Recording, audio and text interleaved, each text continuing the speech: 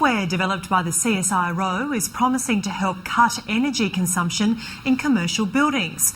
Using algorithms, it aims to optimise a building's energy management control system. Its designers saying it could slash energy costs by as much as 30%. The technology is currently being commercialised by Building IQ, backed by investment group Exto Partners. The Business Channel's Bridie Flynn spoke to Building IQ CEO Michael Zimmerman and started by asking about the significance of emissions from this sector of the property market. It's absolutely massive. Commercial buildings represent about 20% of all energy and emissions consumed in the country. So it's one of the leading drivers of demand in the energy area. So how does your software work to cut energy consumption? The way the energy management system works is it plugs into both new and existing buildings. It plugs into the building control system that actually control energy use in the building. And what our software does is learns how the building runs, how efficient it is, how long it takes to cool down or to warm up. And then it actually forecasts out how the building should run based on the various environmental conditions.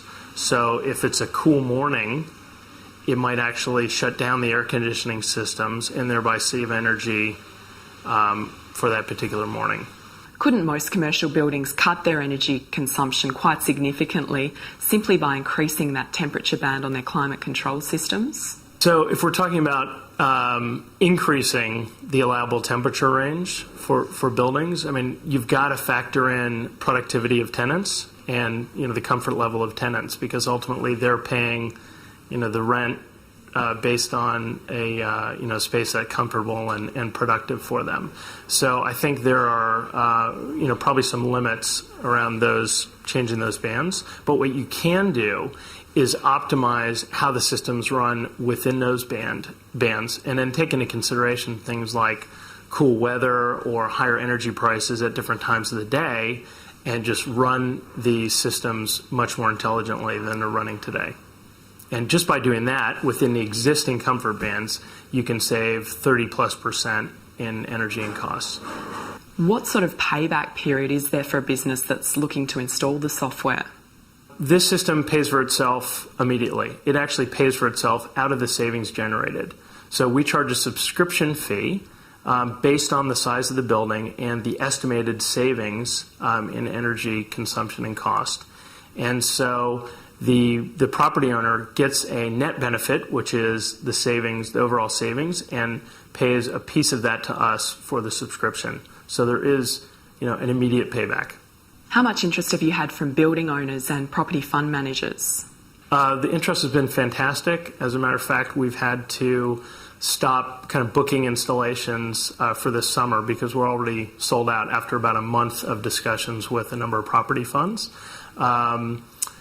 So what we're going to do is run with the installations we have over the summer and then start to roll out additional installations, probably starting in March or April.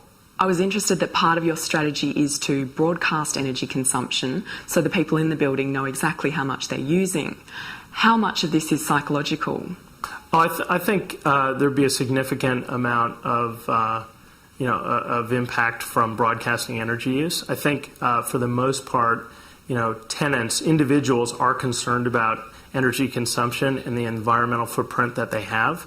And so there's been a lot of interest in this add-on. You're talking about the add-on software we have, which is called Comfort IQ, that actually sits on a tenant desktop and allows them to provide feedback into our system about how comfortable they are, and also gives them feedback about how much energy savings there have been, what the tariff rates are at the moment, what sort of energy consumption is being used in the building.